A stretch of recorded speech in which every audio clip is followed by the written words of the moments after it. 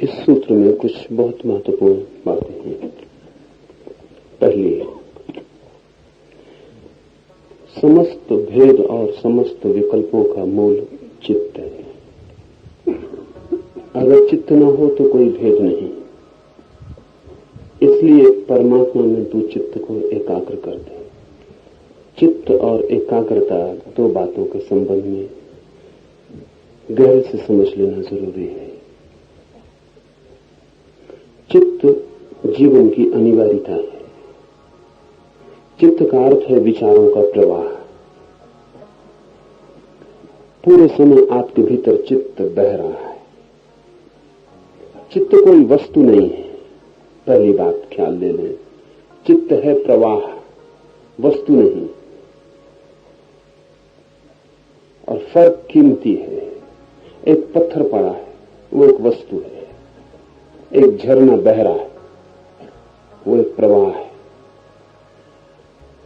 जो चीज पड़ी है वो स्थिर है, जो बह रही है वो प्रतिपल बदल रही है।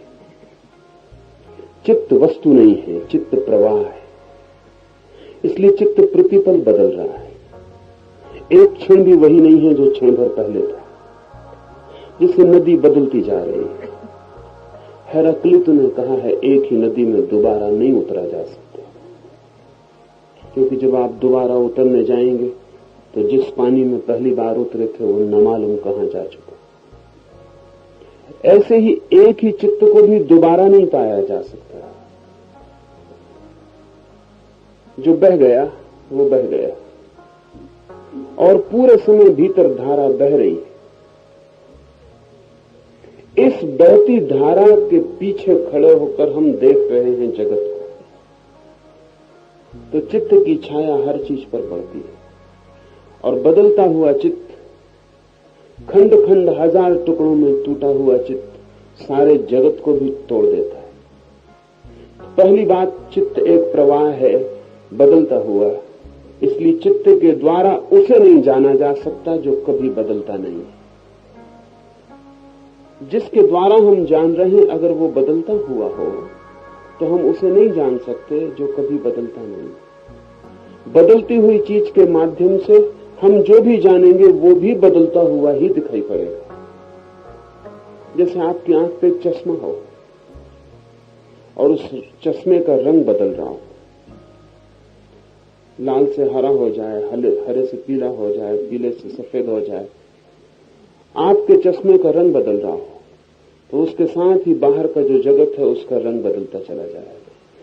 क्योंकि जिस माध्यम से आप देख रहे हैं वो आरोपित हो रहा है। मन आपका बदल रहा है प्रतिपल। इसी कारण मन से हम केवल उसी को जान सकते हैं जो बदल रहा है।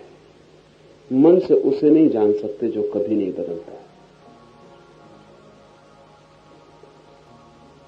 और इस जीवन का जो परम गुह्य सत्य है वो अपरिवर्तनीय, वो शाश्वत है, वो कभी बदलता नहीं।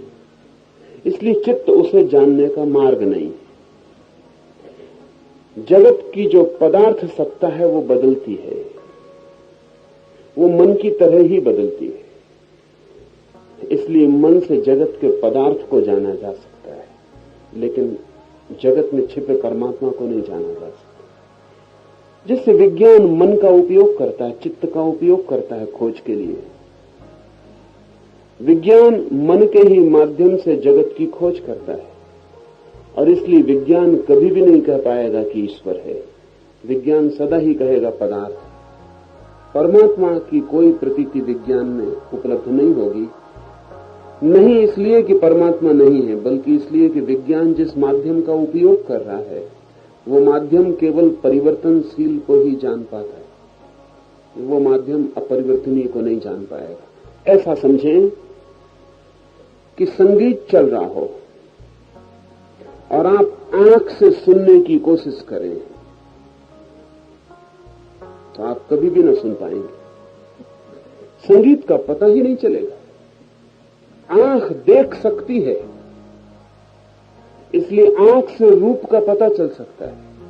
आंख सुन नहीं सकती, इसलिए ध्वनि का कोई पता नहीं चल सकता।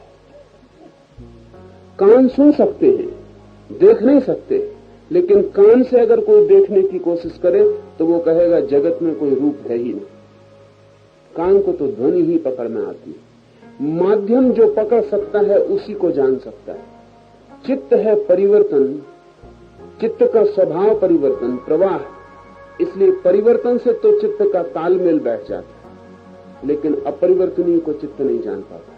इसलिए जो लोग मन से ही परमात्मा की खोज पर निकलते हैं वे आज नहीं कल नास्तिक हो जाएंगे। अगर वे नास्तिक नहीं होते हैं उसका मतलब केवल इतना ही है कि कमजोर है, और मन जो उन्हें कह रहा है उसको पूरे मानने की उनकी हिम्मत नहीं। लेकिन मन से चलने वाला आदमी आस्तिक हो ही नहीं सकता। उसकी आस्तिकता वैसी ही झूठी है जैसे बहरा आदमी कहे कि मैंने आंख से संगीत सुना है, या अंधा आदमी कहे कि मैंने कान से रूप देखा, प्रकाश का अनुभव किया है। मन से चलने वाले आदमी की आस्तिकता ऐसी ही झूठी होगी। इसलिए दुनिया में इतने आस्तिक हैं, लेकिन सच्चा आस्तिक खोजना मुश्किल है। आप भी अगर आस्था लाते हैं तो मन से ही लाते हैं, सोच विचार करके लाते हैं। सोच विचार से कोई कभी आस्तिक नहीं होता, और हो तो झूठा आस्तिक होता है। सोच विचार से अगर ईमानदार रहना है तो नास्तिकता ही आएगी। इसे थोड़ा ठीक से समझना, क्योंकि माध्यम ही अपरिवर्तनीय को पकड़ने वाला नहीं है। अपने को धोखा दें तो बात अलग है, अपनी आस्तिकता पर सोचे। मानते हैं ईश्वर को आप, लेकिन वो भी सोचा विचारा है। तर्क, अनुमान, विचार, शास्त्र, परंपरा, सिद्धांत, इनसे ही निकाला हुआ वो ईश्वर वास्तविक। दोस्तों, भगवान ओशो से जुड़े रहने के लिए चैनल को सब्सक्राइब करें, वीडियो को लाइक करें और अपने दोस्तों के साथ शेयर करना ना भूलें। बेईमानी की खबर देता है, क्योंकि मन से तो ईश्वर निकल ही नहीं सकता। दुनिया में आस्तिक कहे जाने वाले लोग 99% छिपे हुए नास्तिक हैं। उनकी आस्तिकता में कोई बल नहीं, निर्वीर्य, नपुंसक है। जरा सी चोट और उनकी आस्तिकता टूट जाएगी। उसका भीतर कोई जड़ नहीं। आस्तिक तो तभी होता है कोई जब मन को हटाकर जगत को देखता है, तो फिर जगत दिखाई नहीं पड़ता, क्योंकि मन के हटते ही जो परिवर्तनशील है फिर वो दिखाई नहीं पड़ सकता। मन के हटते ही चेतना जब देखती है जगत को, तो चेतना का संबंध उसी से हो सकता है जो परिवर्तनशील नहीं है। चेतना शाश्वत है, अपरिवर्तनशील, तो चेतना का संगीत उसी से सधता है जो शाश्वत है। मन के हटाते ही जो दिखाई पड़ता है वो परमात्मा है, मन के लाते ही जो दिखाई पड़ता है वो संसार है। ऐसी परिभाषा करें कि मन के बिना जिन्होंने जाना है अस्तित्व को, उन्होंने कहा परमात्मा है और कुछ भी नहीं। मन से जिन्होंने जाना है अस्तित्व को, उन्होंने कहा परमात्मा भर नहीं है और सब कुछ है।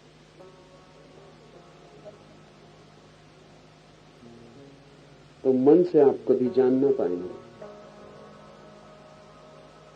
जगत को जान पाएंगे, जगत को मन से ही जान पाएंगे, सत्य को नहीं। और मन से जो चीजें भी जानी जाती हैं वो प्रतिपल बदलती रहेंगी। इसलिए विज्ञान स्थिर नहीं हो पाता, और विज्ञान कभी स्थिर नहीं हो पाएगा। विज्ञान कभी भी ये नहीं कह सकेगा कि ये सत्य शाश्वत है। विज्ञान इतना ही कह सकेगा टेंटेटिव, अस्थायी रूप से। अभी जितना हम जानते हैं उसमें ये सत्य, कल जो हम जानेंगे उससे क्या होगा परिणाम नहीं कहा जा सकता। इसलिए विज्ञान रोज बदल रहा है। कल जो था सच वो आज झूठ हो जाता है। आज तो कठिनाई ये हो गई कि स्कूल कॉलेज में जो विज्ञान पढ़ाया जा रहा है वो तभी पढ़ाया जाता जब वो करीब करीब झूठ हो चुका हो, क्योंकि 20 साल लग जाते हैं। कोई चीज खोजी जाए तो उसको स्कूल तक लाने में कम से कम 20 साल लग जाते। इस 20 साल में वो झूठ हो चुकी होती।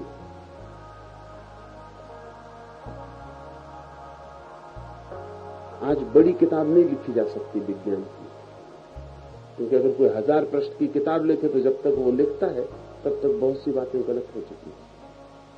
इसलिए विज्ञान धीरे धीरे छोटी किताबों पे आता जा रहा है। छोटी किताबें भी अब नहीं लिख रहा है कोई विज्ञान, छोटे लेख, क्योंकि वो तत्क्षण लिखे जा सकते हैं और डर नहीं है कि उनके छपने के पहले वो गलत हो जाए। विज्ञान बदलेगा ही, क्योंकि मन से खोजी गई कोई भी चीज शाश्वत नहीं हो सकती। इसलिए पश्चिम में बहुत कठिनाई होती है। दोस्तों ओशो की ऐसी वीडियो देखने के लिए चैनल को सब्सक्राइब करें, वीडियो को लाइक करें और कमेंट में ओशो नमन जरूर लिखें। उपनिषद के ऋषियों ने कुछ कहा 5000 साल पहले, अब तक वो सत्य कैसे? 5000 साल, यहाँ तो 5 साल पहले जो बात कही गई वो भी झूठी हो जाती, धूमिल हो जाती। तो 5000 साल पहले जो कहा वो कब का झूठ हो चुका होगा, उनका कहना संगत मालूम पड़ता है। क्योंकि 5 साल पहले की बात भी संदिग्ध जब हो जाती हो तो 5000 साल पहले की बात के संदिग्ध होना स्वाभाविक है।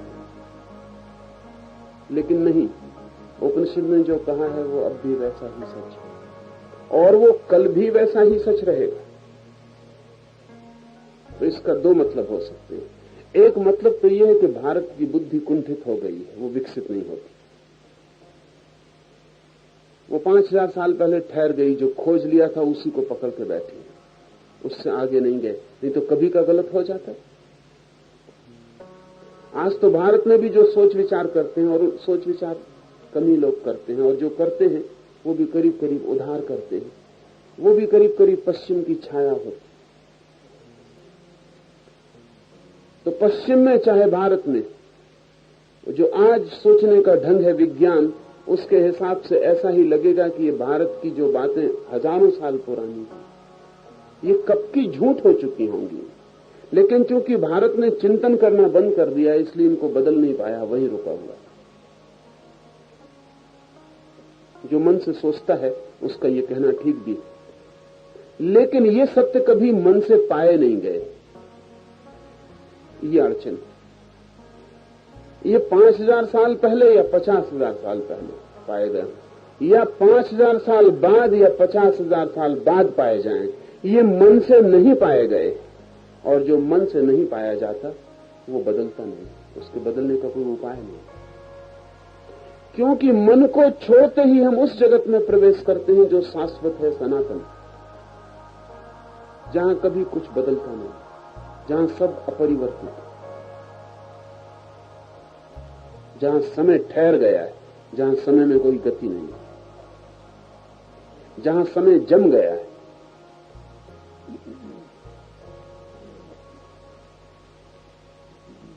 ये सत्य सदा ही सत्य रहेंगे। अगर ये मन के बाहर पाए गए हैं तो दुनिया का कोई परिवर्तन इनमें परिवर्तन न ला सकेगा। अगर ये भी मन के भीतर ही पाए गए हैं तो दुनिया का परिवर्तन इनमें परिवर्तन लाता रहेगा। भारत की मौलिक खोज यही है कि अस्तित्व को मन के बिना भी जाना जा सकता है, अस्तित्व को मन के बिना भी जाना जा सकता है। धर्म और विज्ञान का ये फर्क है। विज्ञान कहता है जो भी जाना जा सकता है मन से जाना जा सकता है, धर्म कहता है मन से जो भी जाना जाता है वो काम चलाओ है, लगभग सत्य है।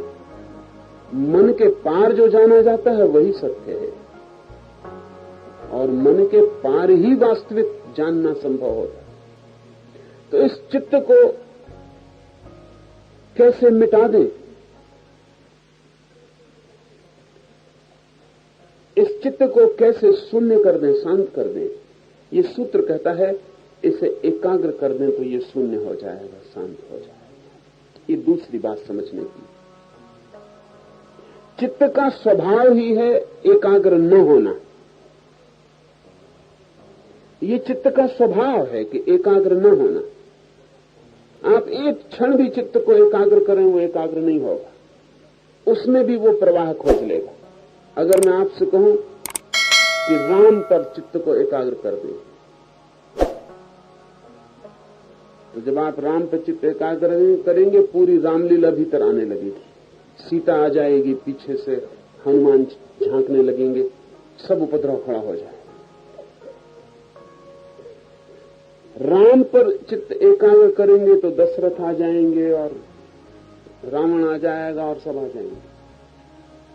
जरा कोशिश करें, राम को छांट लें अलग, न दशरथ, न रावण, न सीता, न हनुमान, न लक्ष्मण, कोई भी नहीं, पूरी रामलीला काट दें, सिर्फ राम।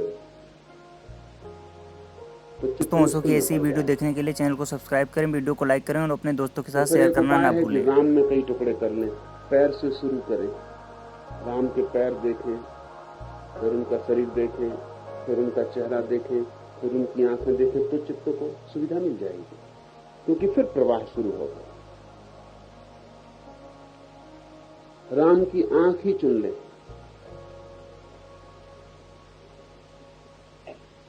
तो अगर दो आंखें भी हो तो चित्त एक से दूसरी पे जाता रहे, तो एक ही आंख बचा ले। काने राम को चुन ले, तो एक ही आंख पर चित्त को लगाएंगे तो आंख के संबंध में चिंतन शुरू हो जाए।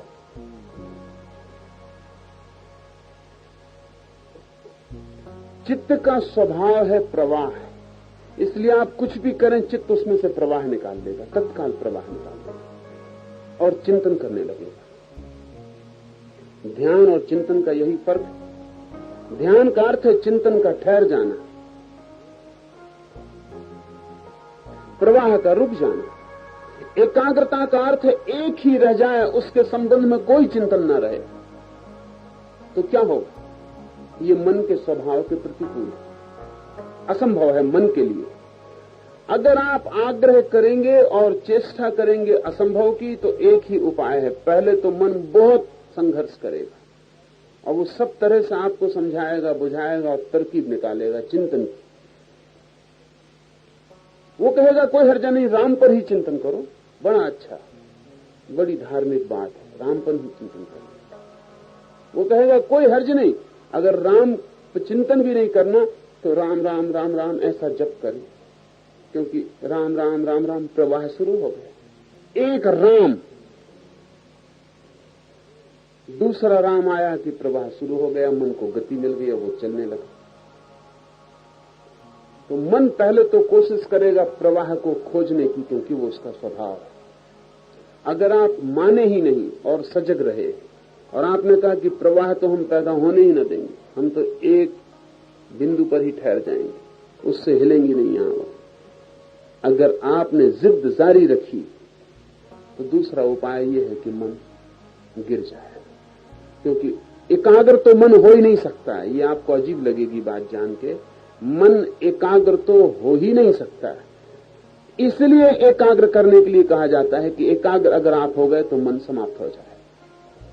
मन के लिए असंभव है एकाग्र होना।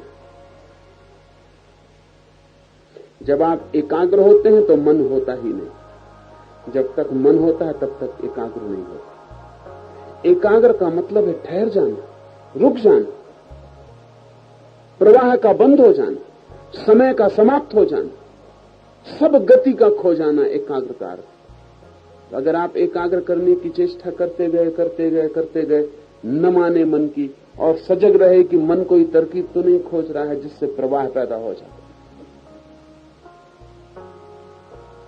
तो एक दिन वो घड़ी आ जाती है कि एकाग्र करने की चेष्टा से मन एकाग्र नहीं होता, एकाग्र करने की चेष्टा से मन नाश हो जाता, मन शांत हो जाता, मन विलीन हो जाता। जब आप मानते ही नहीं और एकाग्र करने के ही प्रयास में लगे रहते हैं तो मन बैठ जाता। मन का न हो जाना एकाग्र होना है। इसलिए जब हम कहते हैं कि मन को एकाग्र करो तो हम बड़ी गलत बात कहते हैं। इसलिए मैंने कहा कि बुद्ध और महावीर लगभग झूठी बातें कहनी पड़ती हैं। जब हम कहते हैं मन को एकाग्र करो तो हम बड़ी गड़बड़ बात कह रहे हैं, क्योंकि मन एकाग्र हो ही नहीं सकता, और हो गया तो मन नहीं रह जाता। एकाग्रता और मन विपरीत घटनाएं, विपरीत की चेष्टा करने से मन मर जाता है। पर बड़ी कठिन बात है। कठिन इसलिए कि एकाग्रता को समझ लेना जरूरी, प्रवाह पैदा ना हो पाए, चिंतन प्रवाह है, ध्यान प्रवाह का रुक जाना। नदी बह रही, नदी को जमा दिया बर्फ की तरह, सब प्रवाह ठहर गया, अब कोई गति नहीं। ऐसा ही मन ठहर जाए, सारा प्रवाह रुक जाए, जम जाए बर्फ की तरह, तो उसी क्षण मन नहीं, मन खो गया, और जो बचता है वही चैतन्य, जो बचता है वही चैतन्य। ये सूत्र कहता है, विकल्प का भेद का मूल है चित्त, मन। चित्त ना हो कोई भेद नहीं। प्रत्येक स्वरूप परमात्मा में तू चित्त को एकाग्र कर दे। परमात्मा का तो हमें ठीक ठीक कोई पता नहीं, पर पता की कोई जरूरत भी नहीं।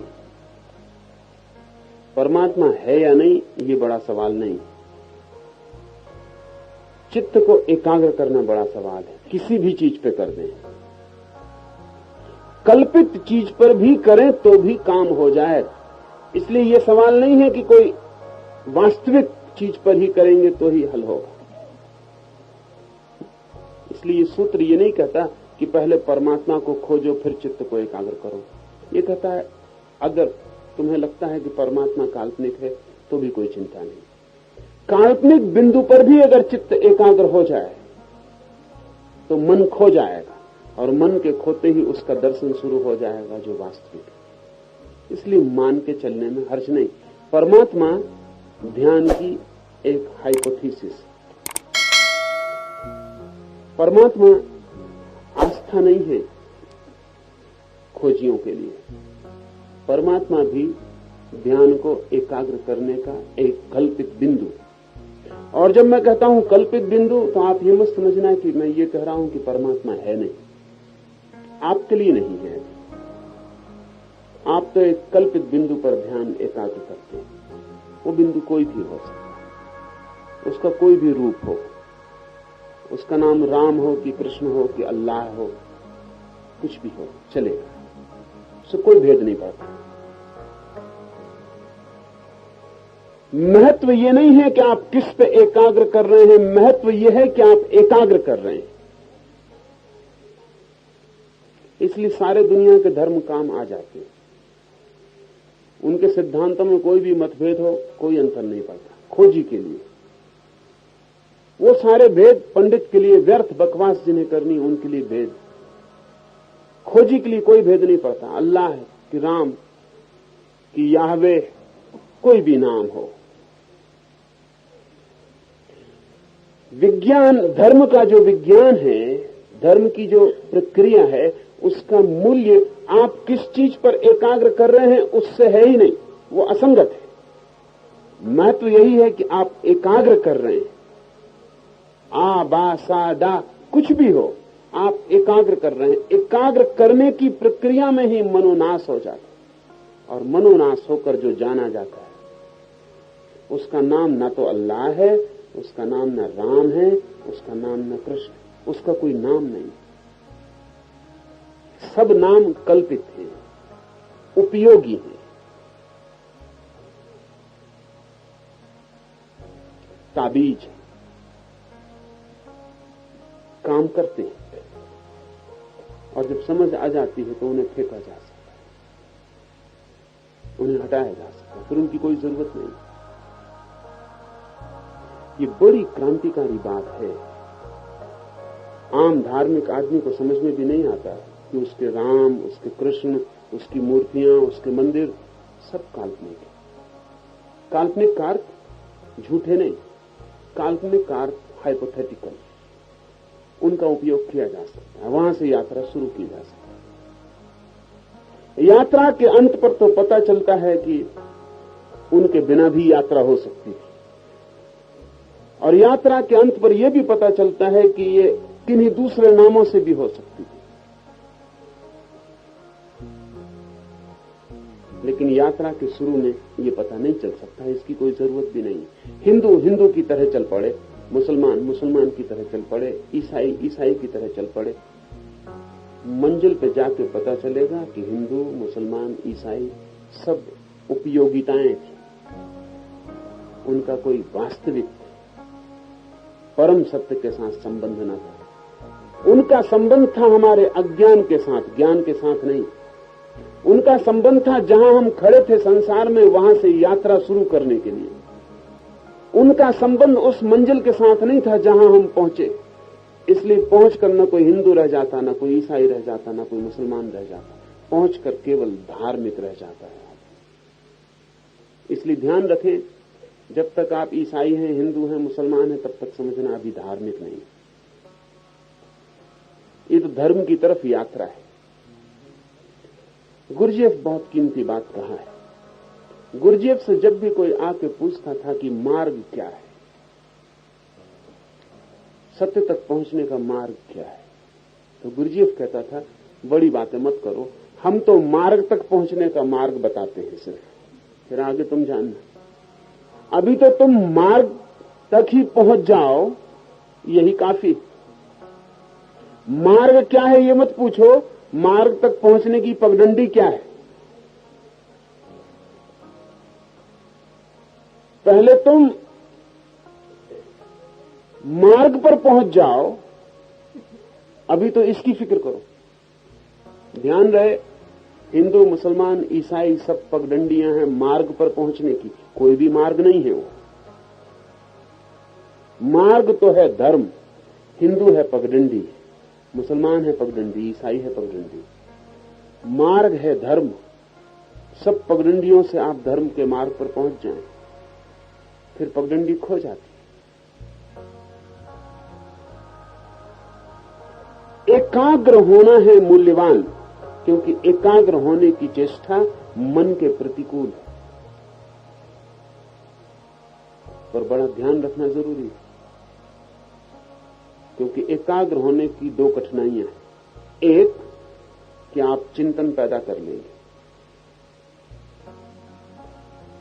चिंतन पैदा हुआ व्यर्थ हो गई बात। दूसरी कठिनाई है कि अगर चिंतन पैदा न कर पाया तो आप तत्काल सो जाएंगे। आपने ख्याल किया हो, किसी रात अगर मन में ज्यादा चिंतन चलता रहे तो नींद नहीं आती। मन में कोई विचार चल रहा है, कोई चिंता है, कोई धारा बह रही, तो नींद नहीं आती, क्योंकि नींद में बाधा पड़ती। जिस रात मन में कोई चिंतन नहीं, कोई विचार नहीं, मन खाली खाली है, नींद गहरी आती है और जल्दी आ जाती है। पड़े बिस्तर पर क्या हो, इसलिए मजदूर है, किसान है, गहरी नींद सोता है। गहरी नींद सोने का कारण यह है कि चिंता और चिंतन और विचार और मानसिक ऊहापोह, उसके काम से इनका कोई ज्यादा संबंध नहीं। इनकी उसे कोई जरूरत नहीं पड़ती। गड्ढा खोद रहा है, खेत में काम कर रहा है, ये बंधे हुए काम है, इनके लिए चिंतन की कोई जरूरत नहीं है। इसलिए चिंतन की धारा ज्यादा नहीं चलती। सांझ आता है, थका मांदा बिस्तर पर गिरता है, चिंतन होता नहीं, नींद गहरी लग जाती। जो काम चिंतन का ही करते हैं लोग, उनकी खास बीमारी अनिद्रा हो जाती है। जो सोच विचार में 24 घंटे लगे रहते हैं, रात सोच विचार चलता ही चला जाता है और नींद नहीं आ पाती। ये मैं इसलिए कह रहा हूं ताकि इससे विपरीत बात को आपको समझ में आ जाए। मन के साथ प्रयोग करने में एकाग्रता का दूसरा खतरा यह है कि पहले तो मन कोशिश करेगा कि चिंतन पैदा हो जाए, तो मन का सुविधा है, मन का स्वभाव है। अगर ये नहीं हुआ और आपने जिद बांधी, तो दूसरी घटना यह घटेगी कि अगर चिंतन बंद हुआ तो बजाय ध्यान में जाने के आप निद्रा में चले जाएंगे। क्योंकि जैसे चिंतन बंद होता है, सदा की आदत है कि जब भी चिंतन बंद होता है नींद पकड़ लेती। इसलिए अनेक लोग ध्यान के नाम पर सोए रहते हैं।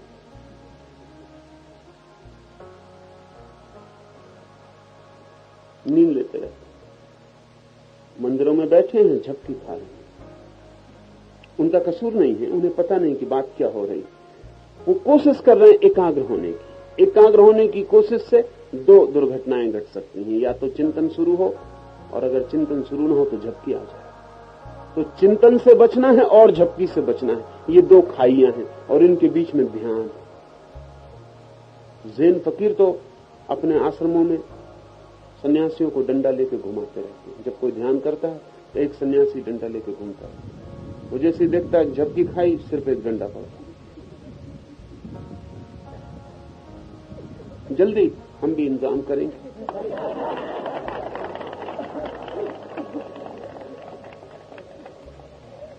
और ऐसा नहीं है कि उसका उपयोग नहीं, उसका बड़ा उपयोग, क्योंकि झपकी एकदम से टूट जाती। चिंतन चल रहा था, चिंतन छूट गया, झपकी आ गई, एक खाई से बचे दूसरे खाई में गिर गए। और झपकी तभी आती जब चिंतन की धारा टूट जाए। और फिर गुरु आया और उसने डंडा सिर पे मारा, चिंतन की धारा बंद हो गई थी, झपकी आ गई थी, उसने झपकी की धारा डंडा मार के एक क्षण को टूट गई। उस एक क्षण को ध्यान की झलक मिल जाए, और एक क्षण भी झलक मिल जाए तो सहारा बन जाए। तो फिर लगने लगता है कि जहां जा रहे हैं वो कोई अंधेरे का रास्ता नहीं है, मामला साफ। कभी कभी ऐसा होता है कि बहुत साधक होते हैं और गुरु ख्याल भी नहीं रख पाता कौन झपकी खा रहा है, कौन क्या कर रहा है। तो ज़हन में व्यवस्था है कि जब भी किसी साधक को ऐसा लगता है कि झपकी आ रही, तो वो दोनों हाथ अपनी छाती के पास कर लेता। इससे गुरु देख लेता है कि ठीक, उसको भीतर झपकी का डर पैदा हो रहा है। ये निमंत्रण है कि मुझे डंडा मारो। भीतर झपकी पकड़ रही है, नींद की हल्की लहर आनी शुरू हो गई है, तरंगें आने लगी हैं और डर है कि अब मैं नींद में खो जाऊंगा। चिंतन पैदा न हो और झपकी ना लगे, बस तो फिर ध्यान लग जाए। ध्यान का अर्थ हुआ चिंतन और झपकी का अभाव, चिंतन और नींद का अभाव, तो ध्यान लग जाएगा। कोई भी हो बिंदु एकाग्रता का, ये दो बातें ख्याल में रहें। अखंड आनंद रूप आत्मा को स्वस्वरूप जानकर इस आत्मा में ही बाहर और भीतर सदा आनंद रस का तू स्वाद ले।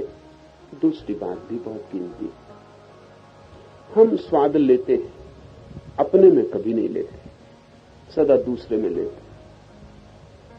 ये बड़ी मजेदार बात है। हम स्वाद लेते, हम रस भी लेते, हम कभी कभी सुख भी पाते, लेकिन सदा दूसरे में। कभी आपने अपना स्वाद लिया? नहीं लिया। अपनी तरफ तो हम ध्यान ही नहीं देते। ये सूत्र कहता है कि साधक को धीरे धीरे दूसरे में स्वाद लेना छोड़कर अपने में स्वाद लेना चाहिए। खाली बैठे तब आप कभी आनंदित नहीं होते। सोचते हैं मित्र आ जाएं तो थोड़ा मजा हो, संगी साथी मिल जाएं तो थोड़ी खुशी हो, अकेले में उदासी पकड़ने लगती। अकेले में आप खुश नहीं दिखाई पड़ते, अकेले में ऊब हो जाते, अपने से ऊब हो जाते। कोई अपने को पसंद करते ही नहीं।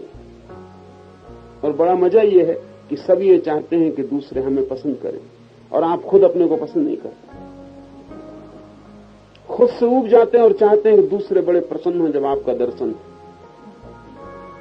ये कैसे हो? यह असंभव। सोचते हैं कि दूसरों को आप बड़ा आनंद दें, अपने को नहीं दे पाते, दूसरों को कैसे देंगे? और जो नहीं है पास अपने, उसे देने का कोई उपाय नहीं। ये सूत्र कहता है अपने स्वभाव में रस स्वाद आनंद का अनुभव करें। अकेले बैठे हैं, आनंदित हों। इस अवस्था को फकीरों ने मस्ती कहा है। मस्ती का मतलब यह है कोई कारण नहीं दिखाई पड़ता और मस्त हो रहे, प्रसन्न हो रहे, कोई रस की धार जैसे भीतर अपने ही चल रही, अपना ही आनंद ले रहे हैं, अपने से ही ले रहे हैं, कोई दूसरे का कोई माध्यम नहीं। मस्ती की अलग साधना पद्धतियां हैं। सूफियों ने बहुत उपयोग किया है मस्ती की साधना का। मस्तों के अलग मार्ग हैं। उनका सूत्र यही है, उनका आधार सूत्र यही है कि दूसरे से अपने सुख को मत जोड़ो,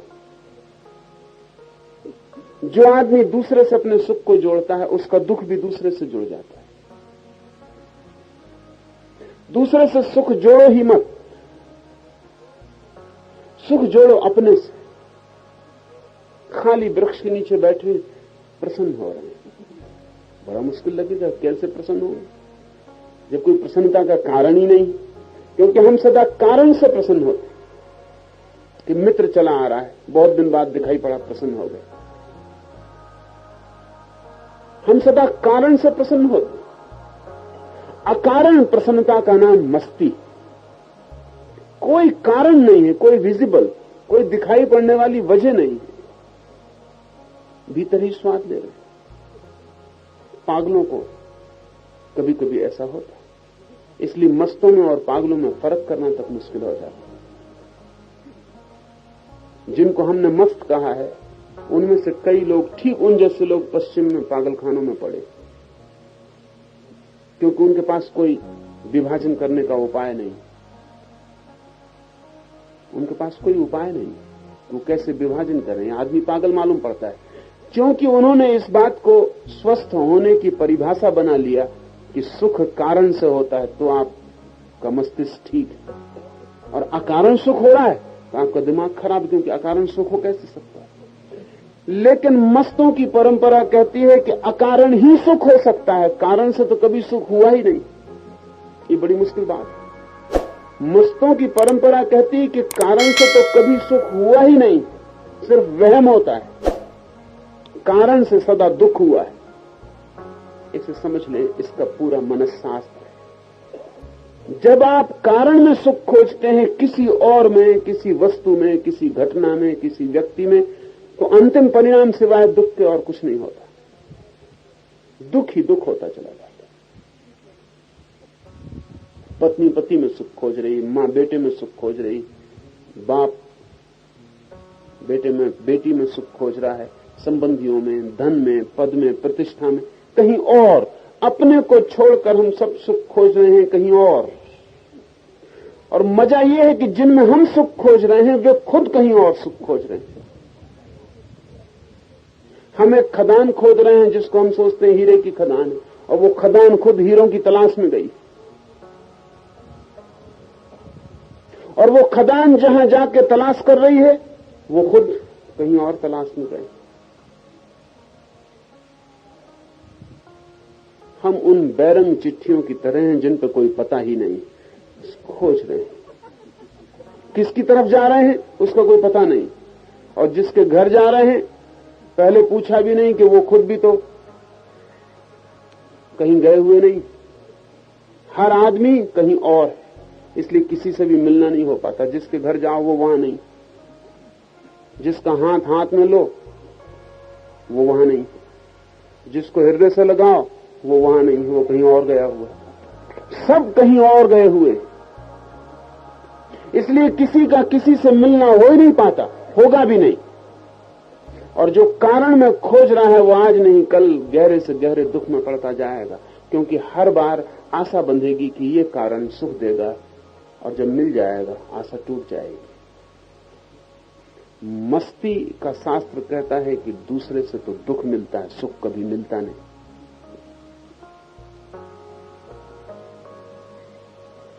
सुख मिलता है सदा अपने से, और जब कभी आपको दूसरे से भी मिलता हुआ लगता है तो मस्ती की परंपरा कहती है कि उसका कारण दूसरा नहीं होता, आप ही होते। इसे भी थोड़ा समझ लें।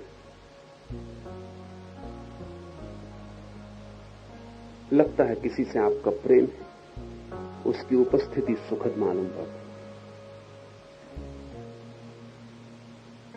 ये उसकी उपस्थिति के कारण आपको सुख मिल रहा है कि आपकी ये धारणा आपको सुख दे रही कि मेरा प्रेम है और उपस्थिति से मुझे सुख मिलता है। क्योंकि अगर उस व्यक्ति की उपस्थिति से सुख मिलता हो तो उस व्यक्ति की उपस्थिति से सभी को सुख मिलना चाहिए, लेकिन ये नहीं होता। उसी व्यक्ति की उपस्थिति से किसी को दुख मिलता है भारी। अगर पानी से प्यास बुझती है तो सभी की प्यास बुझनी चाहिए। अगर आप कहें कि इस पानी से हमारी प्यास बुझती और किसी की नहीं बुझती, तो इसमें मामला आपका ही है, पानी का नहीं हो सकता। ऑब्जेक्टिव ट्रुथ, और सब्जेक्टिव ट्रुथ, विषयगत सत्य और आत्मगत सत्यों में फर्क करना सीखना चाहिए। अगर पानी पानी है तो मेरी प्यास भी बुझाएगा, आपकी भी बुझाएगा, किसी की भी बुझाएगा, प्यास बुझाएगा, आदमियों से कोई संबंध नहीं। जिसकी भी प्यास होगी बुझ जाएगी। किसी का सौंदर्य मुझे सुख देता है, किसी और को नहीं देता। अगर सौंदर्य है तो जिनको भी सौंदर्य की तलाश है, प्यास है, उन सबको सुख मिलना चाहिए। ये नहीं होता। उसी सौंदर्य से किसी को कांटे छिपते हैं और ऐसा लगता है कि भाग खड़े हों, दूर हट जाएं।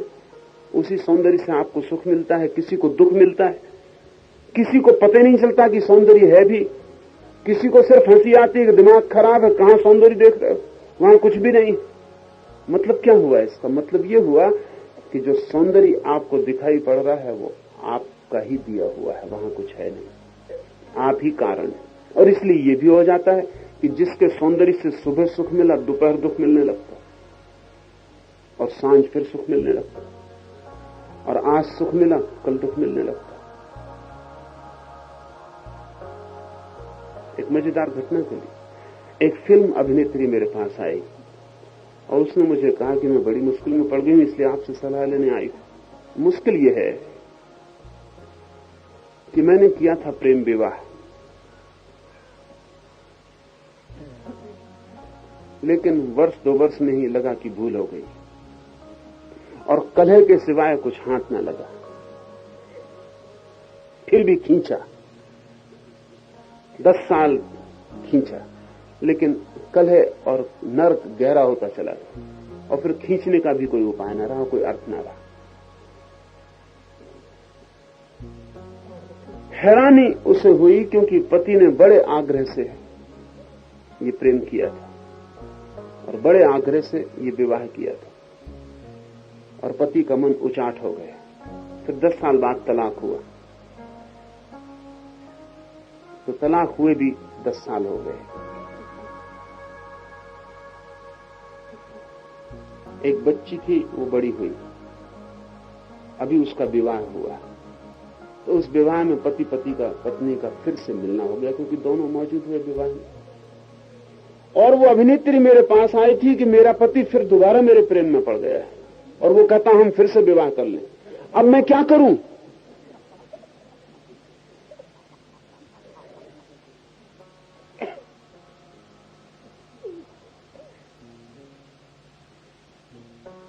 कठिनाई साफ है। कोई किसी के प्रेम में नहीं पड़ता, दूसरे तो पर्दे होते हैं, हम अपनी ही छाया देख के उनमें प्रेम में पड़ते चले जाते हैं।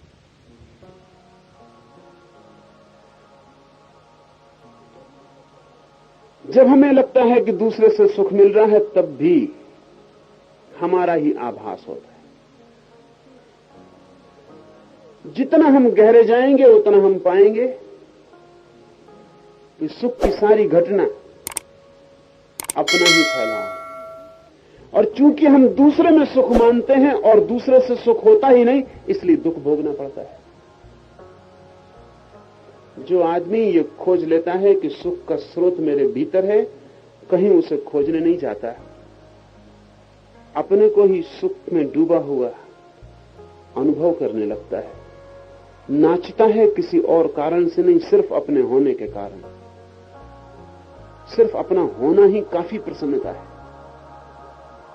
अपना होना मात्र ही काफी आनंद है, कोई और कारण खोजने की जरूरत नहीं है। श्वास चल रही है, यह भी परम आनंद है। हृदय धड़क रहा है, यह भी परम आनंद है। इसका थोड़ा प्रयोग करें। एक वृक्ष के नीचे एकांत में बैठ जाएं और पहली दफे अपने प्रेम में गिरें, भूलें संसार को, अपने प्रेम में पड़ें। अध्यात्म की खोज असल में अपने ही प्रेम में पड़ने की खोज। संसार दूसरे के प्रेम में पड़ने की यात्रा है, अध्यात्म अपने प्रेम में पड़ने की। अध्यात्म बड़ा स्वार्थी,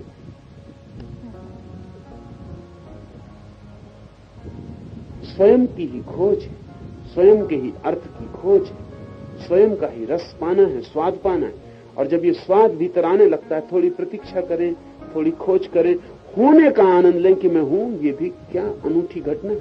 मैं न होता तो क्या करता, मैं न होता तो कौन सी शिकायत थी, किससे शिकायत थी। मैं हूं इस अस्तित्व में, ये होना भी, ये होश, ये इतना बोध कि मैं हूं, ये आनंद की झलक की संभावना, इसका थोड़ा स्वाद लें। इसके स्वाद को जरा भीतर रोए रोए में डूबने दें, इसकी पुलक में बह जाएं। नाचने का मन हो नाचने लगे, हंसने का मन हो हंसने लगे, गीत गाने का मन हो गीत गाने लगे। लेकिन एक ध्यान रखें, केंद्र खुद ही बने रहें और सुख के स्रोत को भीतर से ही बहने दें, बाहर से नहीं। ये धीरे धीरे अनुभव में उतर जाता है और तब जो अवस्था आती है वह मस्त की अवस्था। मस्त का मतलब है कि जो अपने में मस्त हो गया। ये सूत्र मस्ती का आधार सूत्र है। आनंद रूप आत्मा को स्वस्वरूप जानकर इस आत्मा में ही बाहर और भीतर सदा आनंद रस का तू स्वाद ले। वैराग्य का फल ज्ञान है। ये सूत्र बहुत बहुमूल्य। वैराग्य का फल ज्ञान है, ज्ञान का फल उपरति, और आत्मानंद के अनुभव से जो शांति होती है वही उपरति का फल है। ऊपर बतलाई हुई वस्तुओं में उत्तरोत्तर जो न हो तो उससे पहले की वस्तु निष्फल है, ऐसा जानना। विषयों से दूर जाना यही परम तृप्ति है, और आत्मा का जो आनंद है वह स्वयं ही अनुपम है। एक एक चरण को समझ लें, और साधक के लिए एक एक चरण स्मरण रखने जैसा है और निरंतर उसकी परीक्षा करते रहने जैसी है। ये कसौटी है, निकस है। वैराग्य का फल ज्ञान है। जैसा मैंने कहा, शरीर की व्यर्थता का पता चले। शरीर व्यर्थ है, आंख गड़ा के देखेंगे पता चल जाएगा। संसार सुख नहीं दे पाता, ऐसी प्रतीति गहन और साफ हो जाए, और अड़चन नहीं है, खोजेंगे तो साफ हो जाएगी, क्योंकि ऐसा है ही। जैसे हम किसी आंख बंद आदमी को कहें कि तू आंख खोल और देख, प्रकाश है, ऐसी ही ये बातें। ऐसा है ही। संसार से कभी कोई सुख नहीं मिलता, शरीर से कभी कोई सुख नहीं मिलता, दूसरे से कभी कोई शांति नहीं मिलती। ऐसा है ही। आंख खोलकर खोजने की जरूरत, डर के मारे कि कहीं सत्य पता न चल जाए, हम आंख बंद किए हैं जन्मों जन्मों से। ये हमारा आंख बंद करना सब प्रयोजन है। हमें डर। एक मित्र मेरे पास आए, विवाह करना चाहते थे, प्रेम है किसी से। मैं पूछा, सच में ही प्रेम है? थोड़ा सोच विचार कर लो। उन्होंने कहा, सोच विचार? प्रेम है, इसमें क्या सोच विचार करना? फिर भी मैंने कहा, हर्ष क्या, पीछे करने से पहले कर लेना ज्यादा अच्छा। जल्दी भी क्या है, एक 15 दिन रुको।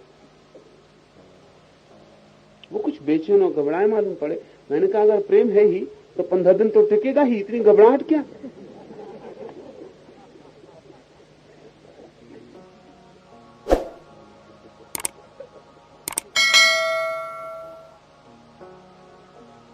दिन वो रुके, और मैंने कहा 15वें दिन तुम आना, और 15 दिन सोचो, प्रेम है सच में? 15 दिन बाद आते उन्होंने कहा कि आपने मुझे बहुत कंफ्यूज कर दिया, मेरा मन बड़ा भ्रम में पड़ गया। 15 दिन पहले मैं बिल्कुल आश्वस्त था, चीजें साफ थी, और ये क्या मामला आपने लगा दिया? मैं आया था आशीर्वाद लेने।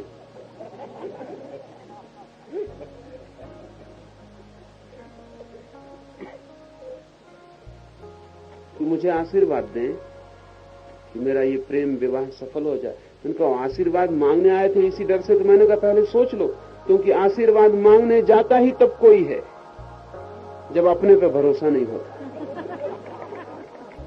इसी तुम आशीर्वाद न मांगते तो मैं कोई तुमसे कहने वाला नहीं था।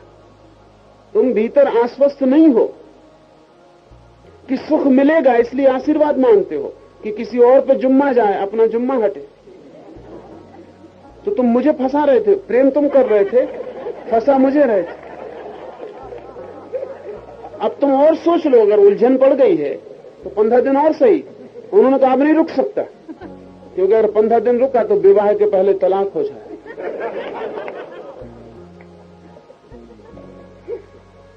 हम डरे हुए हैं, हम आंख खोल के देखते भी नहीं चारों तरफ की मामला क्या है, क्योंकि भय हमें है कि जो भी हम देख रहे हैं वो वहां है नहीं।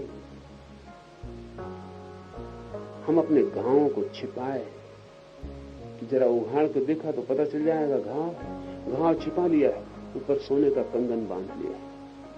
कंगन दिखाई पड़ता है, घाव दिखाई नहीं पड़ता। कंगन को देख के सोचते हैं सब ठीक है, लेकिन कंगन से कहीं घाव मिटे, वो घाव तो भीतर बढ़ता ही जाता है, वो नासूर बनता चला जाता है। हमारी सारी जिंदगी आत्म प्रवंचना है, जहां कुछ भी नहीं है। हमें भी लगता है कि कुछ भी नहीं है, लेकिन यह भी डर लगता है कि इसी के सहारे जी रहे हैं। अगर आंख खोल के देखा और दिखाई पड़ा कि ये भी नहीं है तो जिएंगे कैसे? पश्चिम में ये मुसीबत खड़ी हुई, इसे थोड़ा ख्याल में लें। पश्चिम में ये मुसीबत खड़ी हुई है। पश्चिम ने पिछले 300 सालों में चीजें जैसी हैं उनको वैसा देखने की कोशिश की, जैसी हैं वैसा देखने की कोशिश की। अब पश्चिम बड़ी मुश्किल में पड़ गया। मुश्किल ये हो गई कि देखने की कोशिश कई मायनों में दूर तक सफल हो गई और चीजें साफ हो गई हैं कि वहां उनमें कुछ भी नहीं है। अब क्या करें? तो पश्चिम में एक ही भाव है कि सब रिक्त हो गया और सब फिजूल हो गया, कोई सार्थकता नहीं मालूम पड़ती। अब करें क्या?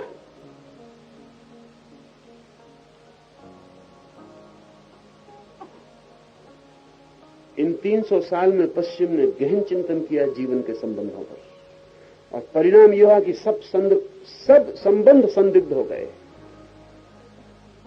आज पश्चिम में कोई प्रेमी हिम्मत करके ये नहीं कह सकता अपनी प्रेयसी से कि मेरा प्रेम शाश्वत है। असंभव हो गया कहना, क्योंकि इधर प्रेम की जितनी खोजबीन हुई पता चला कि प्रेम से ज्यादा क्षणभंगुर और कुछ भी नहीं। वो बातें कवियों की थी और अंधों की थी जो कहते थे प्रेम शाश्वत है। आंख बंद चाहिए तो ही आप कह सकते हैं प्रेम शाश्वत है। दिखता है, होता नहीं। जब आप प्रेम में होते हैं किसी का, तो ऐसा ही लगता है कि ये प्रेम अब सदा सदा चलेगा, दुनिया की कोई ताकत इसे तोड़ नहीं सकती। आप बड़ी गलती में। बड़ी ताकतों की कोई जरूरत नहीं, किसी ताकत को तोड़ने की जरूरत नहीं, आप ही तोड़ लेंगे। आप ही काफी हैं। और प्रेम बहुत क्षणभंगुर। सुबह जब फूल खिलता है तो कौन मान सकता है कि घड़ी भर बाद मुरझा जाए? उसका खिलापन धोखा दे जाता है और लगता है सदा खिला रहेगा। वो कभी नहीं खिला रहेगा, जो खिला है वो मुरझाता है। जब प्रेम खिलता है तो वो भी फूल है, वो भी मुरझा है। पश्चिम ने जान लिया, ठीक से समझ लिया, ठीक से बड़ी मुश्किल में पड़ गया। प्रेम करना मुश्किल हो गया, क्योंकि प्रेम करने के लिए वो भ्रम जरूरी था कि शाश्वत है। उस भ्रम के बिना प्रेम नहीं हो सकता। अगर वो भ्रम टूट जाए तो प्रेम टूट जाता। इसलिए पश्चिम में सेक्स रह गया, प्रेम की कोई संभावना नहीं मालूम पड़ती, सिर्फ काम वासना रह गई। लेकिन काम वासना के आधार पर जीवन को गहराई देना मुश्किल, और काम वासना के आधार पर परिवार का निर्माण करना मुश्किल। और अगर काम वासना ही सत्य है तो काम वासना के ही कारण परिवार का इतना उपद्रव, इतना दायित्व लेना व्यर्थ है। इसलिए पति पत्नी पश्चिम में खोते जा रहे हैं, बॉयफ्रेंड गर्लफ्रेंड बढ़ते जा रहे हैं। पति पत्नी उतना महत्वपूर्ण नहीं रह गया, बॉयफ्रेंड। उसका मतलब यह कि अभी दोस्ती चलती है, कल बदल जाए तो कोई कानूनन उपद्रव नहीं है। मगर तब रिक्तता मालूम होती है, प्रेम उखड़ गया, और अगर ध्यान न दिया जा सके तो बड़ी अड़चन हो जाएगी। शक्ति मुक्त हो गई और उसके लिए कोई दूसरी यात्रा का पथ नहीं। इसलिए आंख बंद किए रहते हैं कि जहां चल रहे हैं स्वर्ग है, नरक में भी चल रहे हैं तो स्वर्ग है। आंख बंद रहे, आंख बंद रहे तो क्या फर्क पड़ता है कि नरक है? हम भीतर अपना स्वर्ग बनाए रखते हैं। कभी कभी मजबूरी में टक्कर लग जाती है, पैर ठकरा जाता है, कहीं पत्थर से चोट खा जाते हैं, आंख खुल जाती, फिर तत्काल बंद कर लेते कि स्वर्ग है, क्योंकि वो आंख जब खुलती तब नर्क दिखाई पड़ता है। आपको भी रोज मौके आते हैं नर्क देखने के, फिर आप आंख बंद कर लेते हैं, चेष्टा से आंख बंद रखते हैं। ये डर है, और इसलिए वैराग्य उत्पन्न नहीं हो पाता है। नहीं तो जीवन प्रत्येक को वैराग्य उत्पन्न कर दे, ऐसा है। जीवन ऐसा है कि वैराग्य उत्पन्न होगा ही। कोई वैराग्य उत्पन्न करने के लिए आपको अथक चेष्टा नहीं करनी है, वैराग्य उत्पन्न न हो इसके लिए आप अथक चेष्टा कर रहे हैं।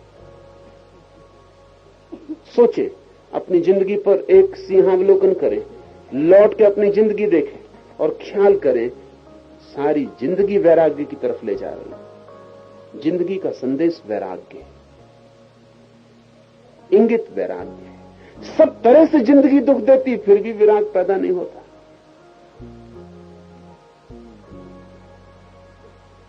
फिर भी विराग पैदा नहीं होता। सब तरह से जिंदगी असफल करती है, तोड़ती है। सब तरह से जिंदगी खंड खंड कर देती, अंग भंग कर देती, फिर भी वैराग उत्पन्न नहीं होता। चमत्कार है।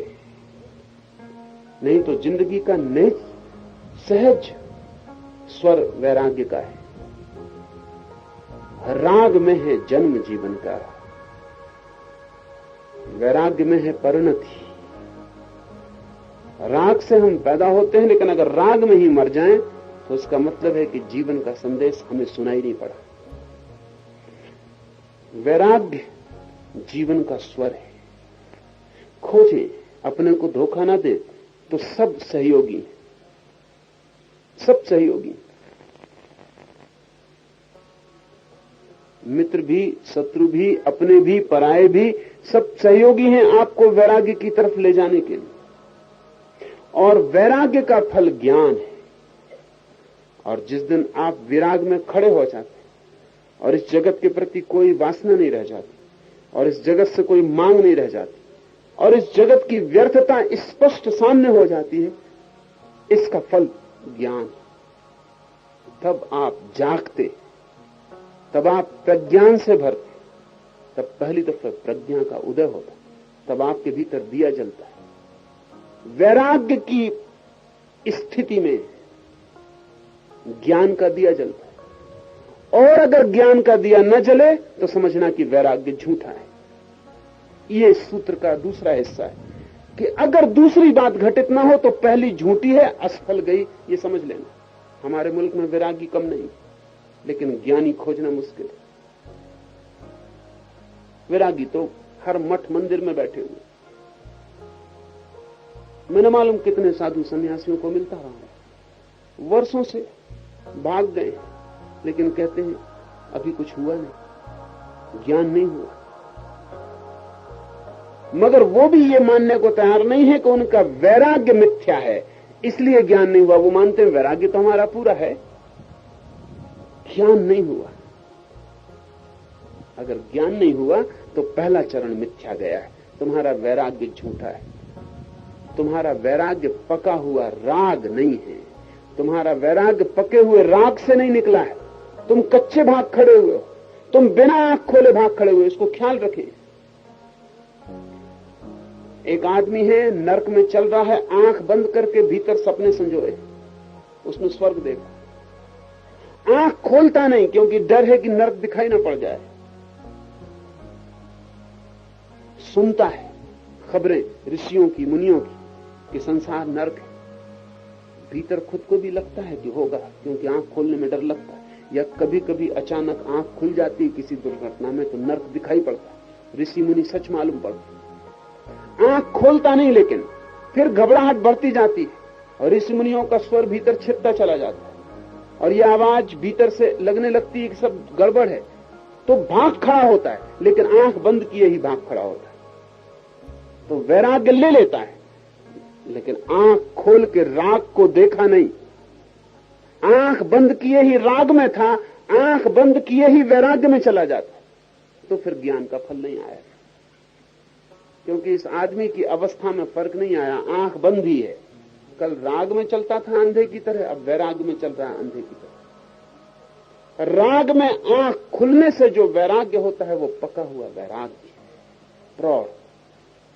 उस प्रौढ़ता में ही ज्ञान का दिया जलता है। ज्ञान का फल है उपरति, और जब ज्ञान का दिया जलता है तो उसका क्या फल है? ज्ञान का फल है विश्राम, उपरति, चित्त, चैतन्य, शरीर, अस्तित्व, सब उपरति को उपलब्ध हो जाता। कहीं कोई श्रम नहीं रह जाता, कहीं कोई तनाव नहीं रह जाता, कोई स्ट्रेन,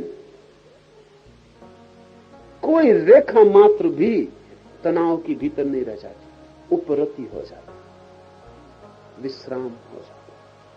अगर ज्ञान से विश्राम न हो तो समझना कि ज्ञान झूठा है, एक एक कदम पीछे का झूठा होगा। अगर ज्ञानी भी तनाव से भरा हुआ मालूम पड़े, अगर ज्ञानी का व्यक्तित्व भी विश्राम को उपलब्ध हुआ न हो, रिलैक्स्ड ना हो, अगर ज्ञानी को भी अभी अनुशासन रखना पड़ता हो अपने ऊपर, तो समझना कि ज्ञान शास्त्रों से मिला हो, अनुभव से नहीं मिला। ज्ञान सुन के पा लिया होगा, जान कर नहीं पाया। तो ज्ञान बुद्धि में होगा, अभी व्यक्तित्व में नहीं आया है। तो ज्ञान सिर पर बोझ है, ज्ञान पंख नहीं बना तो उससे आकाश में उड़ा जा सकता। ज्ञान का फल है विश्राम की भीतर कोई भी श्रम न रह जाए, कोई एफर्ट,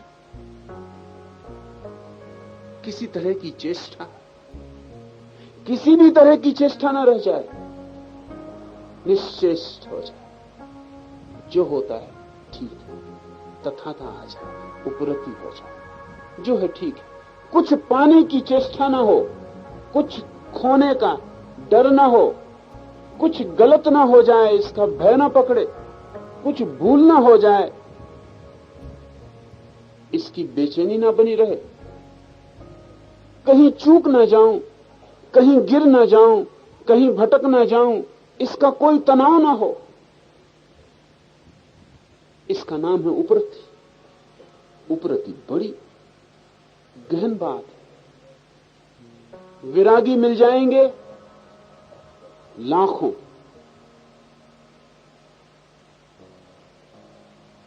ज्ञान की कोई झलक ना मिलेगी।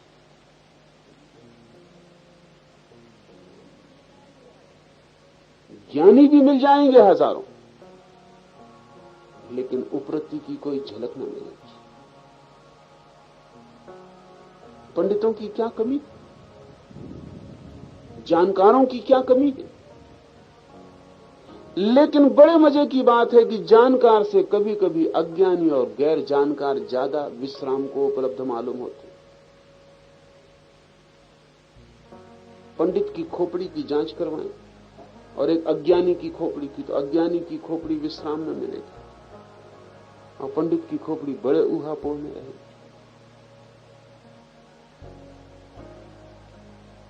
ये तो उल्टा मामला मालूम पड़ता है। इससे तो अज्ञान भी बेहतर था, क्योंकि कम से कम अज्ञान अपना तो था, ये ज्ञान उधार है, इसलिए बोझ। जो अपना है वो हल्का करता है और जो उधार है वो बोझिल करता है। जो अपना है वो हमेशा खिलावट देता है, जो पराया है वो दबा देता है।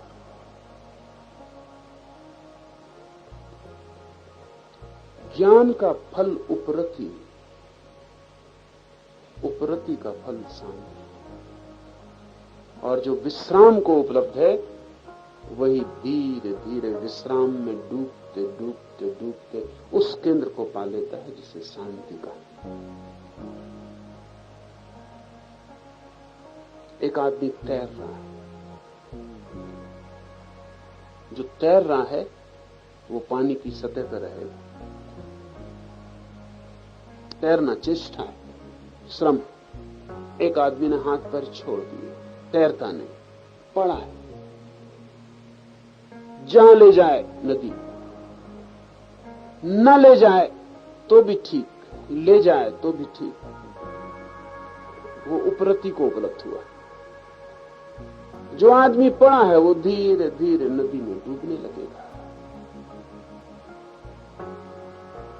डूबता जाएगा। आखिरी गहराई जब सतह आ जाएगी तब टिकेगा। उस सतह का नाम शांति है। वैराग्य से ज्ञान, अगर वैराग्य सही है ज्ञान होगा ही, अगर ज्ञान सही है उपरति होगी, अगर उपरति सही है शांति अनिवार्य है। और अगर आपके विश्राम से शांति ना आती हो तो जानना कि विश्राम भी आरोपित है। पश्चिम में बहुत किताबें लिखी जाती हैं, उनके नाम ऐसे होते हैं, यू मस्ट रिलैक्स। अब ये किताब का नाम ही बेहुदा है, मस्ट शब्द में ही तनाव आ गया। तुम्हें विश्राम करना ही चाहिए। अब ये करना ही चाहिए, यही तो उपद्रव हो जाएगा, यही विश्राम न करने देगा। और उन किताबों को पढ़ के लोग पड़े हैं बिस्तरों पर, शवासन साध रहे हैं, कह रहे हैं विश्राम करना ही चाहिए, विश्राम कर रहे हैं। वो थोप भी सकते हैं अपने ऊपर विश्राम, बिल्कुल मुर्दे की तरह अकड़ के पड़ भी सकते हैं, लेकिन भीतर वो तनाव जारी रहेगा, क्योंकि विश्राम को भी संभालना पड़ेगा। विश्राम को भी निर्मित करेंगे आप तो उसमें भी तो श्रम लगेगा। और ध्यान रखिए, अगर विश्राम आपको संभालना पड़े तो उसके बाद आप थके हुए वापस निकलेंगे, क्योंकि वो जो चेष्टा है वही तो थकाती है। अब संभाले हैं अपने को कि विश्राम कर रहे हैं, जरा भी चेष्टा नहीं करनी, जरा भी चेष्टा नहीं करनी, ये चेष्टा है। विश्राम को संभाल के रखना है, कहीं विश्राम खो ना जाए, ये श्रम। तो ऐसे विश्राम से शांति उपलब्ध नहीं होगी। विश्राम एक अस्तित्वगत घटना है। विश्राम का अर्थ है कि आपकी चेतना को कुछ छिपाने योग्य ना रहा। आपकी चेतना की कोई मांग न रही, कुछ होने की दौड़ ना रही, शांत होने की भी कोई दौड़ नहीं। विश्राम आए इसका भी कोई आग्रह नहीं, आ जाए राजी, ना आए उतने ही राजी। मुसलमान फकीरों को कभी आपने रास्तों पर कहते हुए सुना होगा, जो दे उसका भला, जो ना दे उसका भला। ऐसे तो भिखारी भी उसको दोहराते, लेकिन वो वचन सूफियों का है। भिखारी बिल्कुल झूठा दोहराता है। जब वो कहता है जो दे उसका भला, तब उसकी आंख की चमक और होती। जब वो कहता है जो ना दे उसका भला, तब उसकी आंख में कोई चमक नहीं होती। उसको दे के देखें और ना दे के देखें, फर्क पता चल जाएगा। एक सूफी फकीर हुआ बायजीद, उसने तो इस वाक्य में थोड़ा और फर्क कर दिया था। वो कहता था जो दे उसका भला, जो ना दे उसका और भी ज्यादा भला।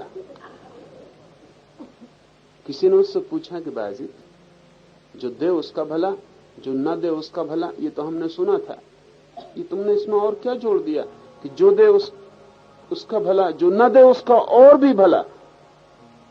तो बायजीद ने कहा कि जो देता है उसमें तो प्रसन्नता होती ही है, लेकिन जब कोई नहीं देता तब प्रसन्नता होती है, तब तो धन्यवाद का भाव बहुत बढ़ जाता है। जब कोई देता है तो ठीक है, प्रसन्नता होती ही है, लेकिन जब कोई नहीं देता और तब भी भीतर प्रसन्नता होती, तब तो उसके पैर पकड़ने का मन होता है कि अगर ये देता तो इतनी प्रसन्नता से वंचित रह जाता। न दे के जब जो प्रसन्नता हो जाती, इसलिए कहते हैं कि जो न दे उसको और भी भला। उसकी भी बड़ी कृपा है, उसने भी एक मौका दिया कि जब कोई न दे तब भी सुख की धारा में कोई अंतर नहीं पड़ता। विश्राम का अर्थ अस्तित्वगत है, चेष्टागत नहीं। इसलिए एक एक सीढ़ी, सभी विश्राम चाहते हैं, लेकिन वैराग्य वो पहली सीढ़ी उपद्रव उपनिषद ने रख दी, शर्त कठिन रख दी। विश्राम कौन नहीं चाहता? सभी तलाश में है कि विश्राम कैसे मिले, सभी खोज रहे हैं शांति कैसे मिले, लेकिन विज्ञान पूरा आपको करना पड़ेगा। फूल चाहते हैं, बीज बोते नहीं, बीज बो दें, पानी नहीं डालते, पानी डाल दें, कोई बागुड़ नहीं लगाते कि वृक्ष को जानवर न चढ़ जाएं। सारी एक एक चरण से चलना पड़े। वैराग्य का अर्थ हटा लिया मन दौड़ से। दौड़ से हटते ही मन, जो ऊर्जा भाग दौड़ में नष्ट हो रही थी वही ऊर्जा बच जाती है और ज्योति बन जाती है। ज्ञान का फल उपरति। जो जान लेता है उसके लिए तनाव का कोई भी कारण नहीं। जो जान लेता है उसके लिए बेचैन होने का कोई भी कारण नहीं। इस जगत में ऐसा कुछ भी नहीं है कि जिसके लिए बेचैन हुआ जाए।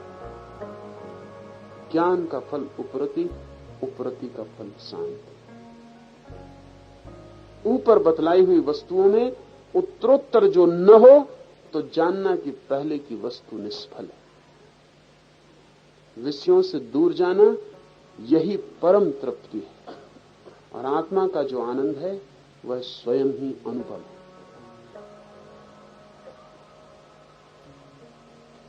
दोस्तों, भगवान ओशो से जुड़े रहने के लिए चैनल को सब्सक्राइब करें, वीडियो को लाइक करें और अपने दोस्तों के साथ शेयर जरूर करें। मिलते हैं नेक्स्ट वीडियो में।